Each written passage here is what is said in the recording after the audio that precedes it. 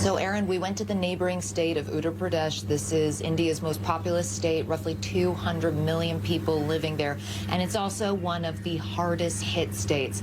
We saw absolutely desperate scenes. And as you said, they are harrowing. I want to warn our viewers, they're difficult to watch. But the families we talk to want the world to see their suffering.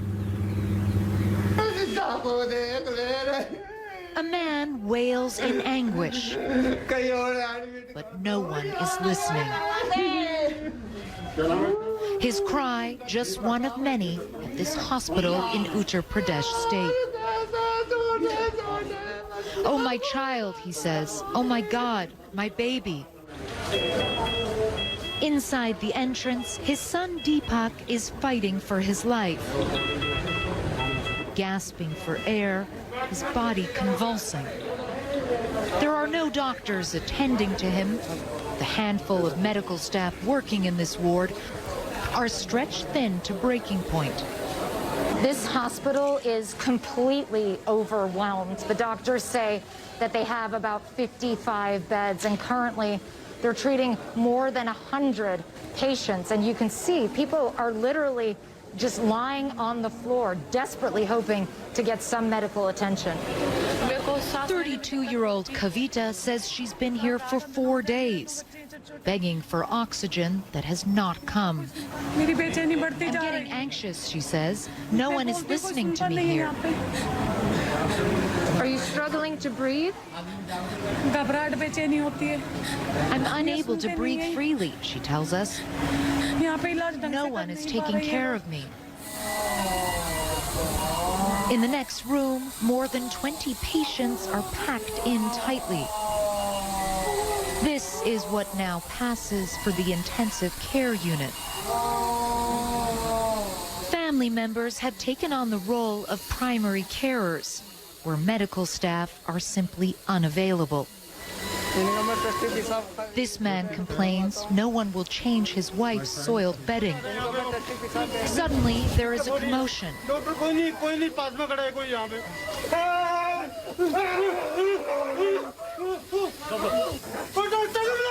Will someone please call the doctor? This man shouts. His mother, 55-year-old Rajbala, appears to be slipping away. Her sons work furiously to revive her.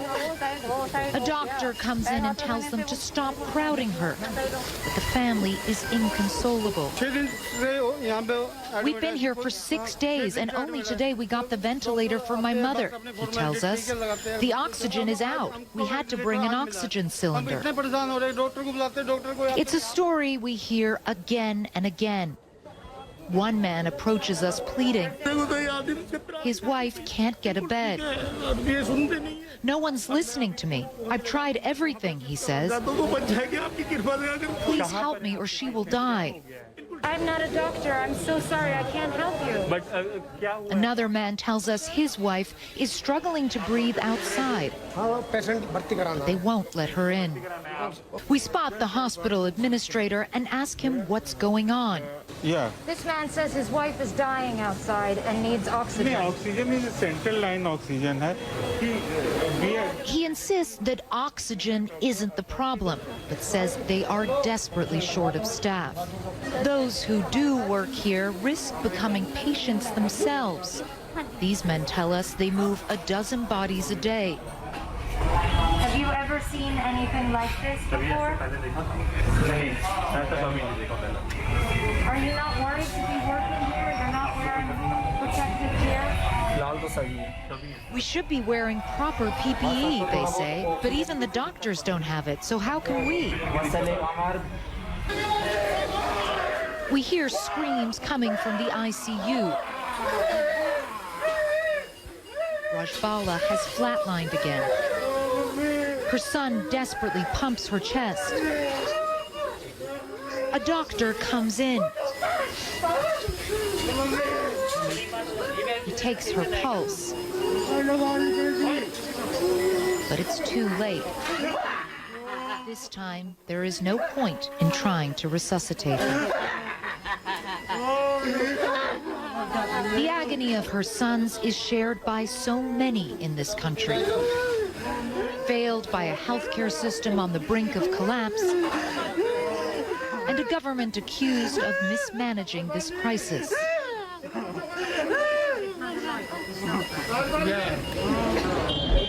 Just a few hundred yards away, in the same hospital complex, it's a very different picture. Orderly lines of people patiently wait to be vaccinated, following the Prime Minister's announcement that anyone over 18 can be inoculated. A state lawmaker is among 600 people getting their vaccine. The hospital administrator and local journalists eagerly stand by to capture the moment. We were just in the hospital over there. Yeah. It was shocking to see Why? it was shocking Why? because the conditions are so bad here. Why do you think India has been hit so badly? Ma'am, we are trying. The hospital administrator interrupts and warns him that we have been asking too many questions. Sir, you don't need to coach him what to say. कल super strike पर चले गए थे जिसकी वजह से थोड़ा सा मिस हुआ था लेकिन फिर धीरे-धीरे अब restore He's telling him what to say. Okay. We are trying to best, and some problems were there, but we are trying. Now condition is better. Do you accept that the government has failed its people in the handling of this crisis? No, never.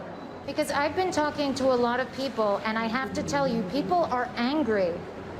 People feel that this didn't need to be so ugly. ऐसा ये समस्या सिर्फ यहीं पर The situation is not only bad here, we're trying to find solutions, he says.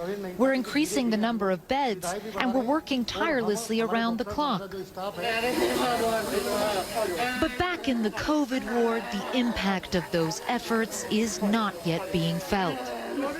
Rajbala's body is left for nearly an hour before it is finally moved.